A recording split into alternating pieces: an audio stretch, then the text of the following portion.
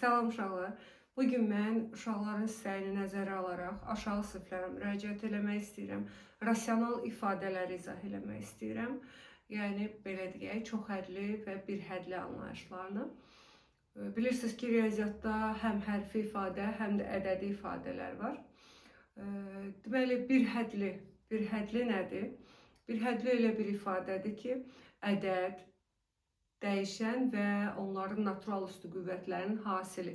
Yəni, vurma ilə bir-birinə yapışıq olan ədəd və hərflərdən ibarətdir, belə deyək. Məsələn, 5AB kvadratı.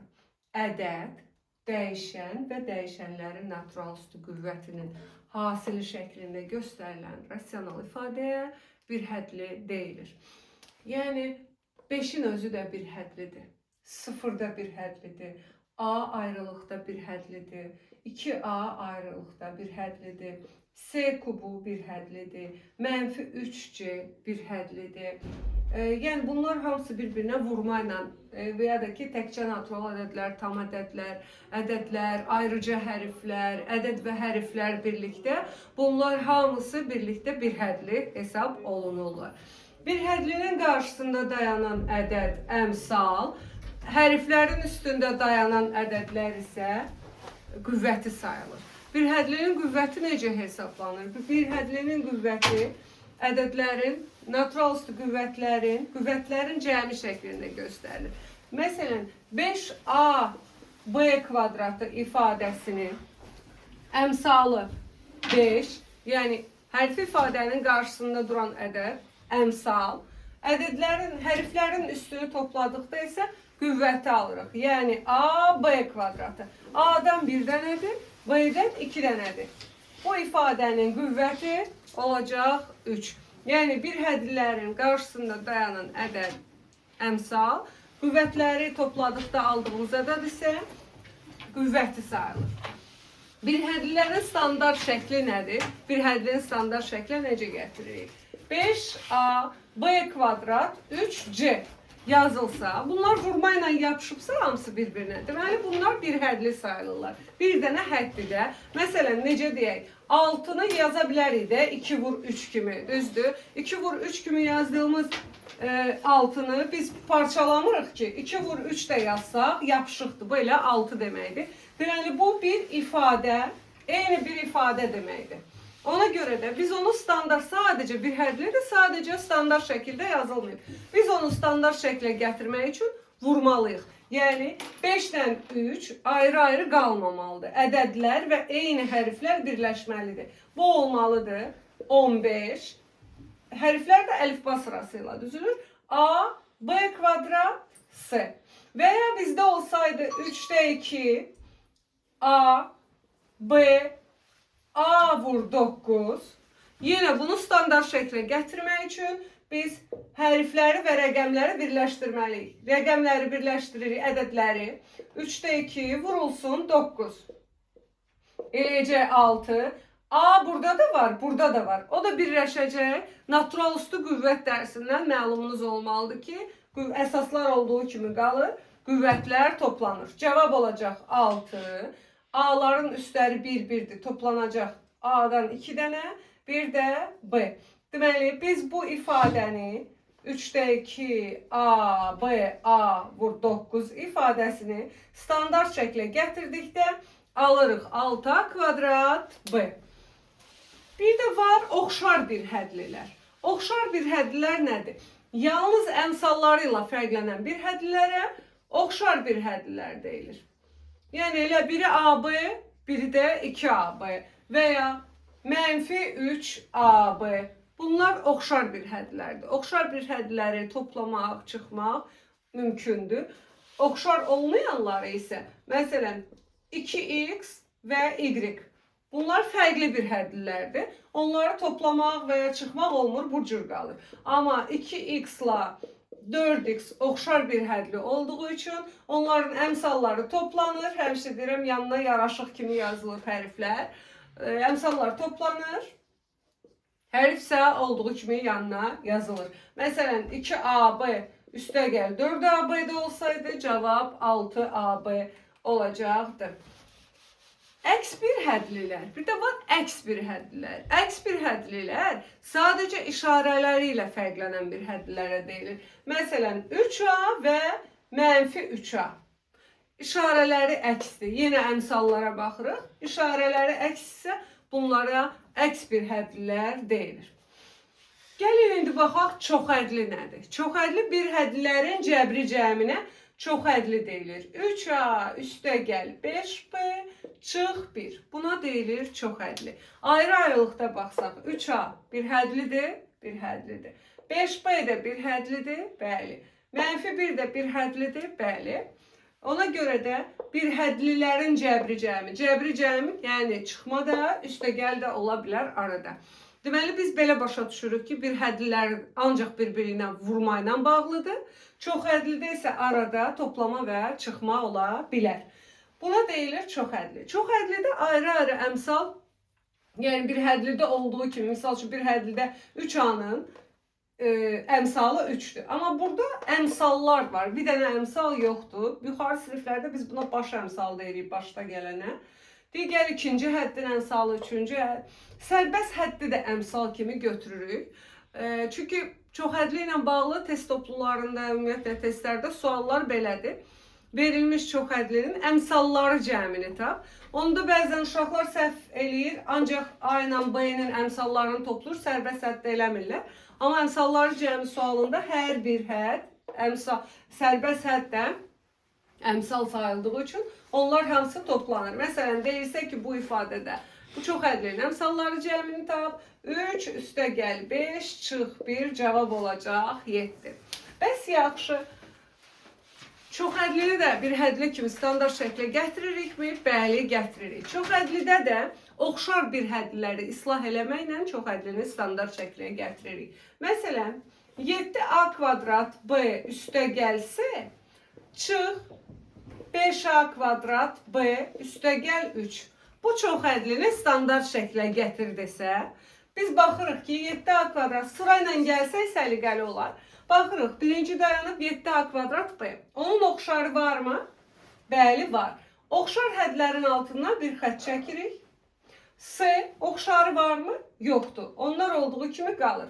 Alınacaq 7A kvadratı B-dən əmsalları hesablayırıq. Hərflər sadəcə yaraşıq kimi yanlarına yazılır. 7-dən 5 çıxıram.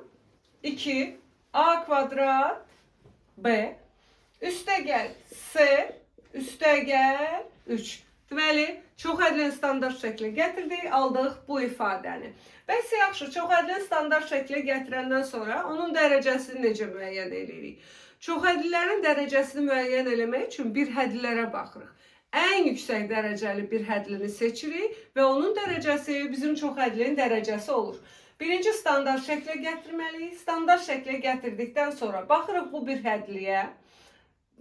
Dərəcəsi, qüvvəti, yəni burada 2, burada 1 var. Bunun qüvvəti 3'dür. Bunun qüvvəti 1'dir. Bununsa sərbəst həddin isə qüvvəti 0 olur. Bununsa qüvvəti 0'dır. Ən böyük hansı oldu? 3. Deməli, bu çoxhədlinin, yəni standart şəklə gətirdikdən sonra baxırıq. Bu çoxhədlinin qüvvəti və ya dərəcəsi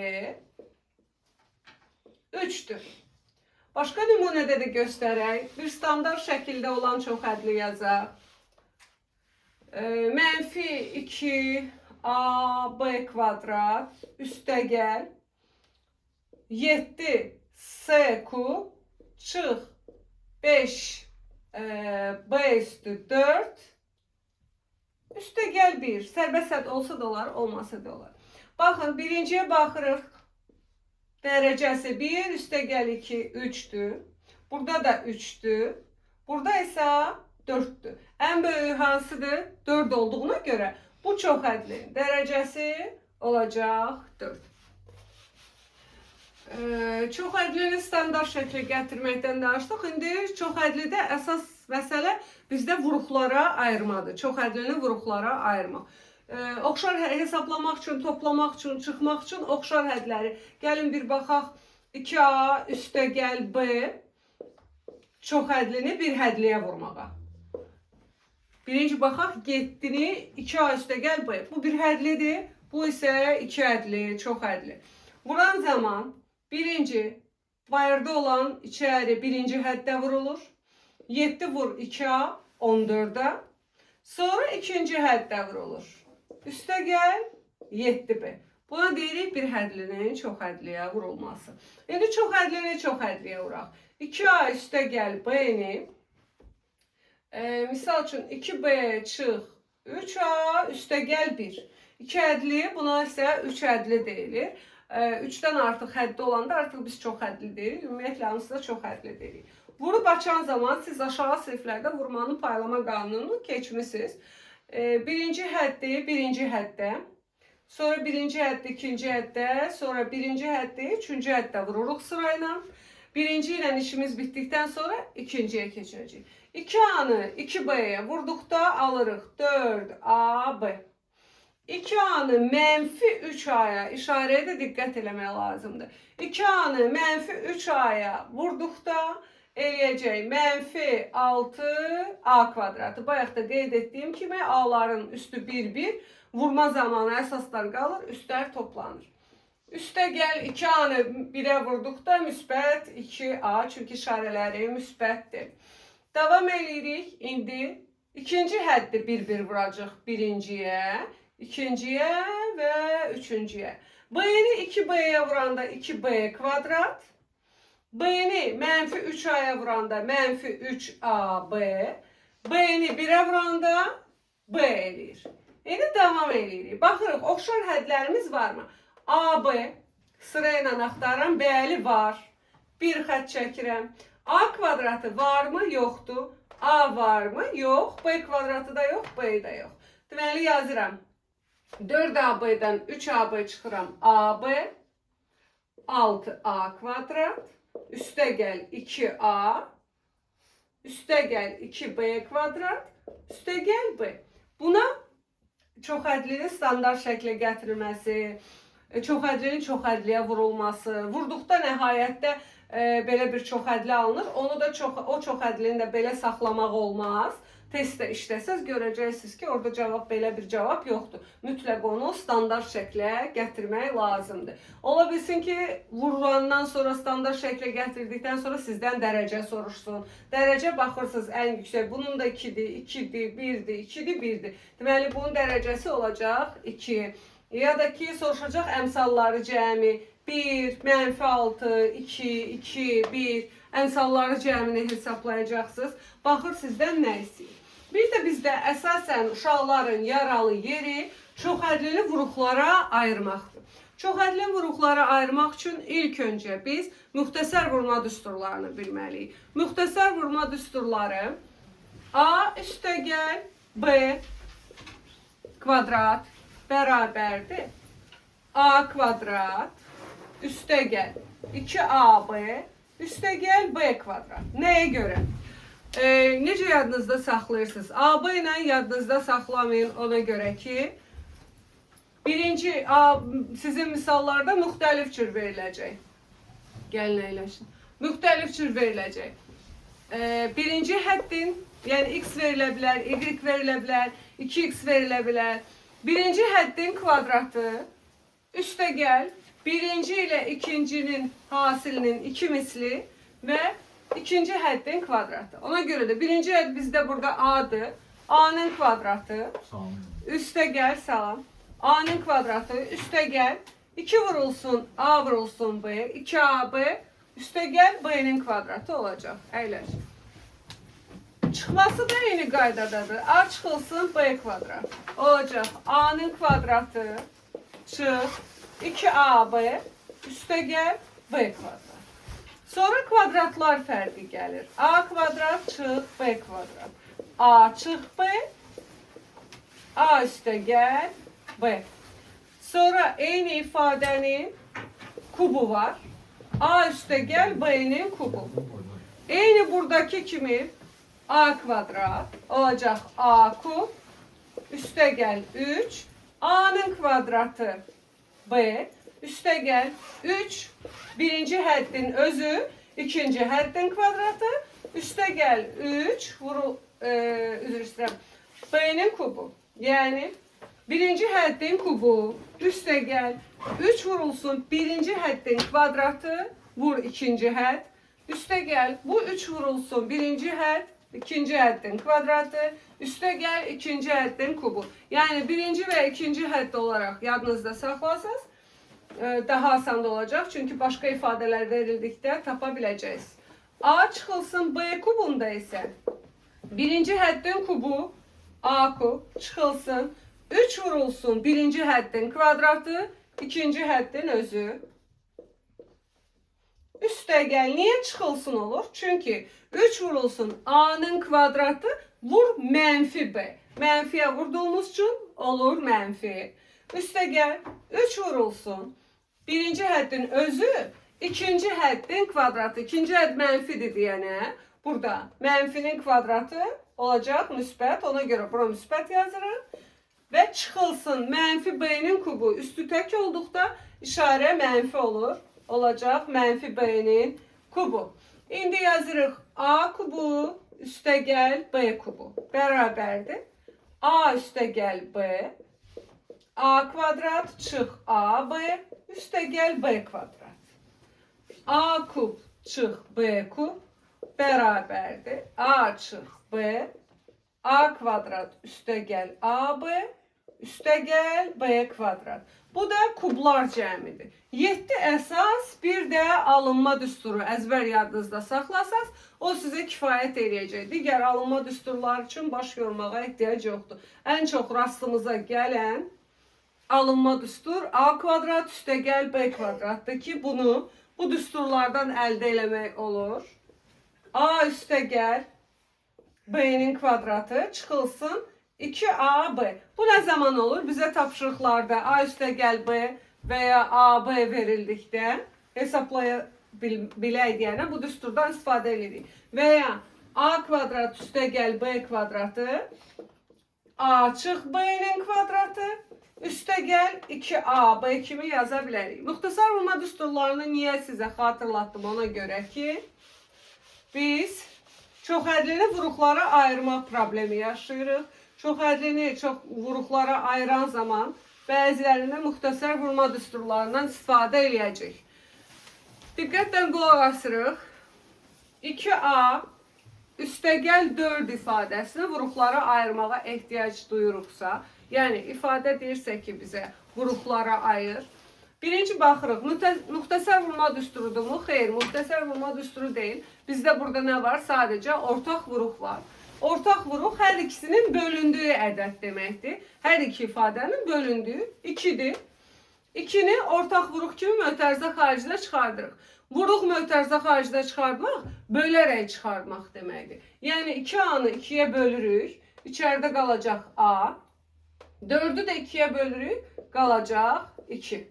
Və vurmanın paylama xassəsini tətbiq eləsək, 2 vur A, 2A, 2 vur 2, 4. Həmən ifadəni alırıq. Bu vuruqlara ayrıldı. Birinci vuruğumuz nə oldu? 2. İkinci vuruğumuz A üstə gəl 2. İndi baxaq yaxşı. Bunu vuruqlara ayıraq indi.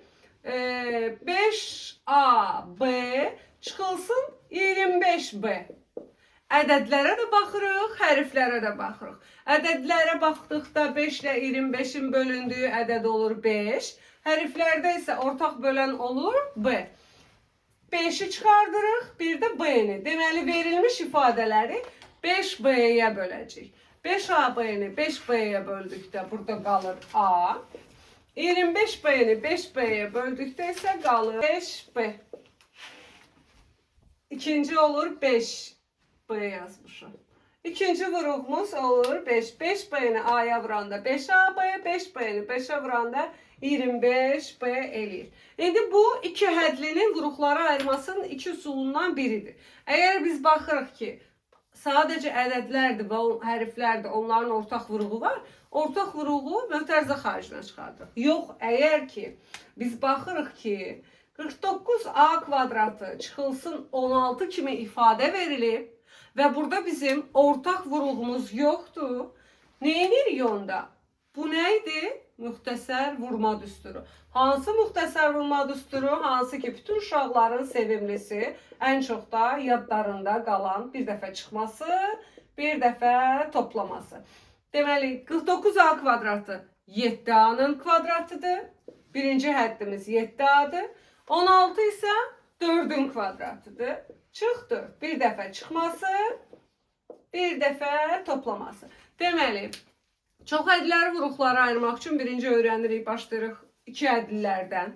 İki ədlini vuruqlara ayırmaq üçün iki yol var. Baxırsan, sənə verilib iki ədlini vuruqlara ayır. Baxırsan, əgər ortaq vuruq varsa, ortaq vuruğu bayıra çıxardırsa. Yox, əgər müxtəsər vurma düsturu kimi verilibsə, onda müxtəsər vurma düsturunu tətbiq edirsən. Birincinin kvadratı çıxılsın ikincinin kvadratı. Birinci çıx ikinci, birinci üstə gəl ikinci. Gəldik 4 hədliyə. 4 hədlini göstərim, sonra 3 hədlini həmişə axırda göstərim. 4 hədlini vuruqlara ayıranda 2AB üstə gəl 6A. B üstə gəl 3. Belə bir 4 hədli verilsin, biz bunu vuruqlara ayıraq. 4 hədli, 6 hədli, 8 hədli, cüt sayda hədləri olduqda onu vuruqlara ayırmaq istəyiriksə, biz qruplaşdıracaq. 2-2 qruplaşdıracaq. Amma elə qruplaşdırmalıyıq ki, yəni qabaqcıdan görürük. Onu elə qruplaşdırmalıyıq ki, ortaq vuruq mötərizə xaricdə çıxardanda digər ifadədə də eyni bənzər ifadə alınsın. Baxaq. 2A'nı mötərizə xaricdə çıxardırıq. Burada qalır B. 2A'ya bölürük. Bunu da 2A'ya böləndə qalır 3. Bunu da bir mötərizəyə alsaq, bu da olacaq. B üstə gəl 3. İndi üstə gəlin sağ və sol tərəfində eyni ifadə görürük. B üstə gəl 3'ü görürük. Deməli, B üstə gəl 3'ü də mötərizə xaricdə çıxarsaq, burada qalacaq. Yəni mötərizə xaricdə çıxarsaq, bu ifadəni B3'ə bölsək, B üstə gəl 3'ə bölsək, burada qalacaq 2A, üstə gəl, burada qalacaq 1. Və biz 4 hədlini, yəni çox hədlini vuruqlara ayırdıq. Vuruqlara ayrılana, yəni sonda vurma alınana qədər davam edirsiniz. Ortada üstə gəl qalmasın, sonda vurma alınana qədər davam eləmək lazımdır.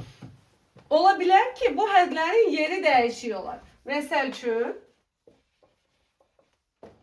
3 burada olar, 6A burada olar. Mütləq deyil ki, siz yan-yana olanları qruplaşdırasınız. Siz özünüz elə qruplaşdırmalısınız ki, onları.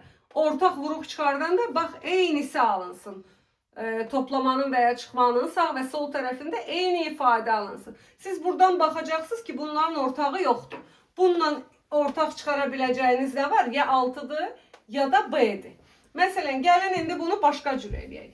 2AB üstə gəl B-ni bir qruplaşdıraq. 6A üstə gəl 3'ü bir qruplaşdıraq. Baxaq indi. Buradan hər iki ifadədən B çıxır. 2A üstə gəl 1 qalır. Burada hər iki ifadədən 3 çıxır. 2A üstə gəl 1 qalır. Düzdür? Hər iki ifadədən də 2A üstə gəl 1 çıxır.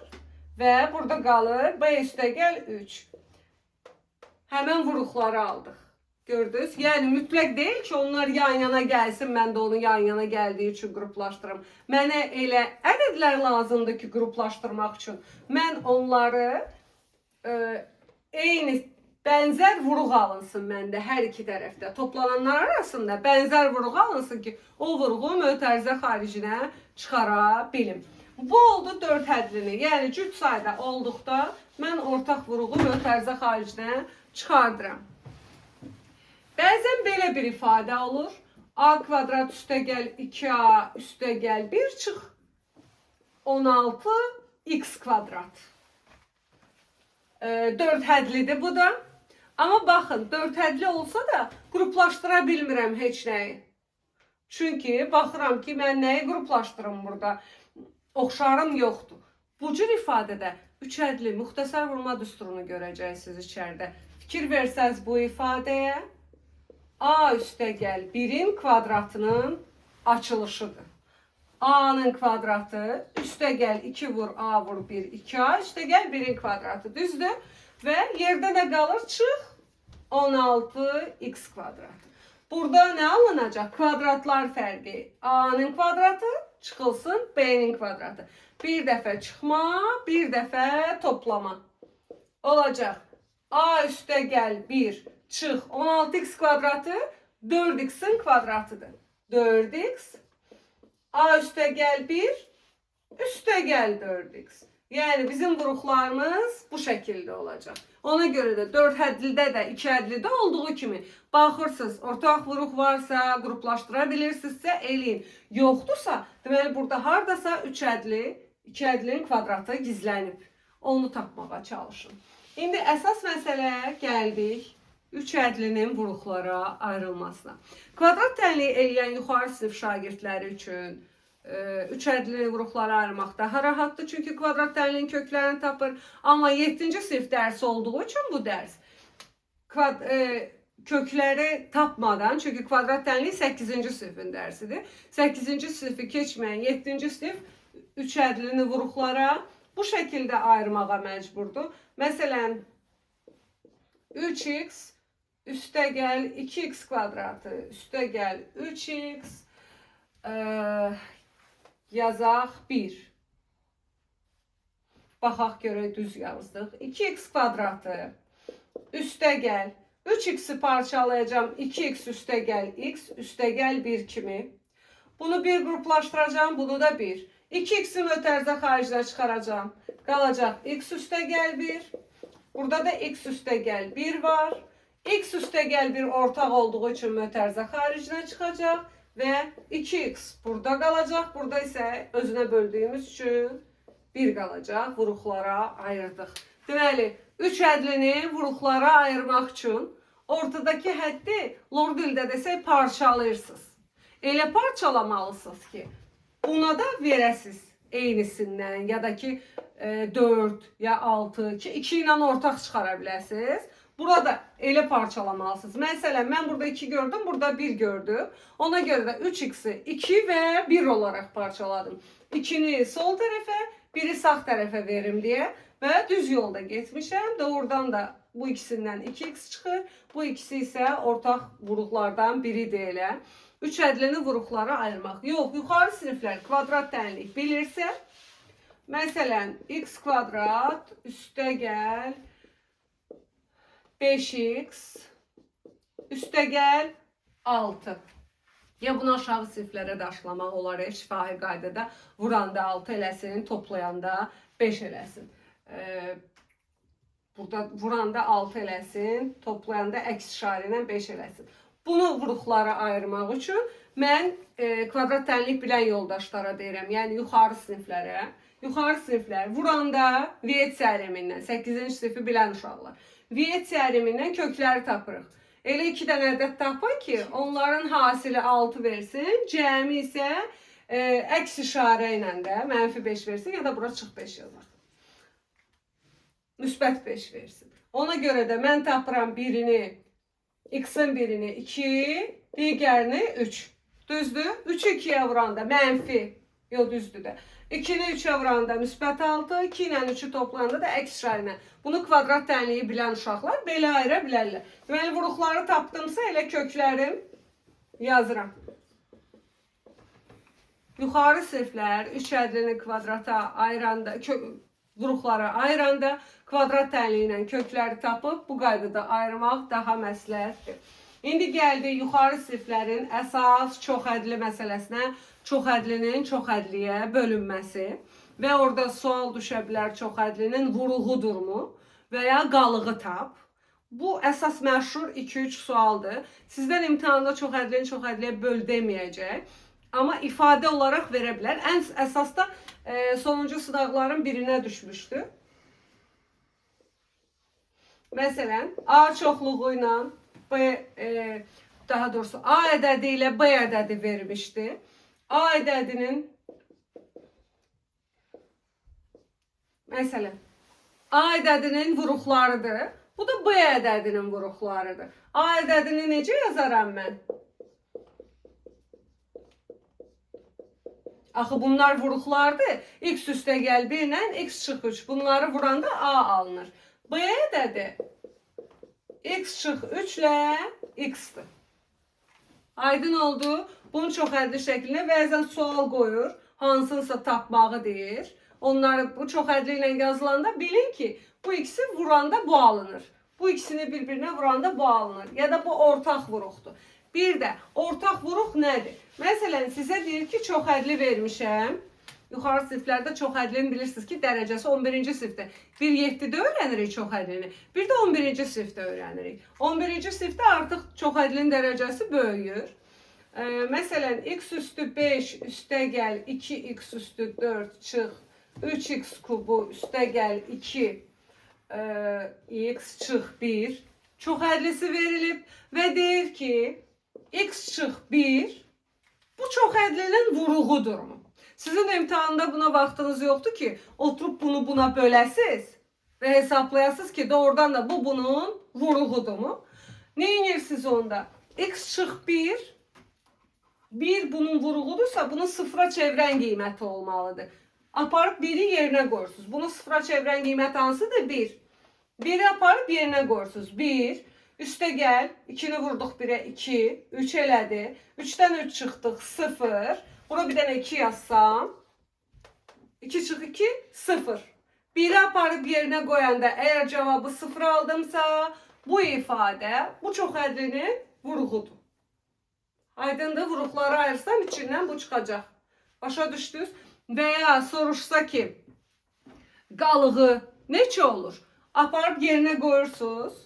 Misal üçün x çıxılsın 1'e bölündü. X çıx 3'e bölündükdə qalıq neçə alınır? Yerine qoyanda 0 alınırsa deməli bu buna tam bölünürdü də, düzdür? Aparıb yerine qoyanda başqa ədəd alınırsa o bizim qalığımızdır. Deməli 3'ü aparıb yerine qoyacağım. 3 üstü 5, sonra 2 vurulsun 3 üstü 4 vesaire hesapladıqda alacağım nəticə mənim qalığımdır. Çox hədlər haqqında 2 dənə tapşırıq rastınıza çıxar. Belə də çıxmasa topluda çıxacaq. Topluda soruşacaq ki sizdən bu vuruq. Bu çox hədlin vuruğudurmu? Aparıb sıfıra çevirən qiyməti yerinə qoyursunuz. Əgər cavabı 0 alırsınızsa vuruğudur. 0 almırsınızsa vuruğu deyil. Və ya soruşacaq ki x çıx 3'e böldükdə alınan qalığı tap. Ya gərək çubuqlu bölmə ilə böləsiz, ona vaxtınız gedir. Ya da aparıb yerinə qoyursunuz. Vuruğu olanda qalıq 0 eləyirdi, cavab 0 eləyirdi. Əgər vuruğu deyilsə alınan cavab bizim qalığımız olacaq. Yenə sıfıra çevirən qiyməti yerinə qoyursunuz. Aldığınız nəticə sizin qalığınız olacaq. Çox hədli və bir hədli rasional ifadələr mövzusunda dərsimiz bu qədər. İnşallah ki faydalı oldu. Ona ait testləri də yerləşdirməyə çalışacağım.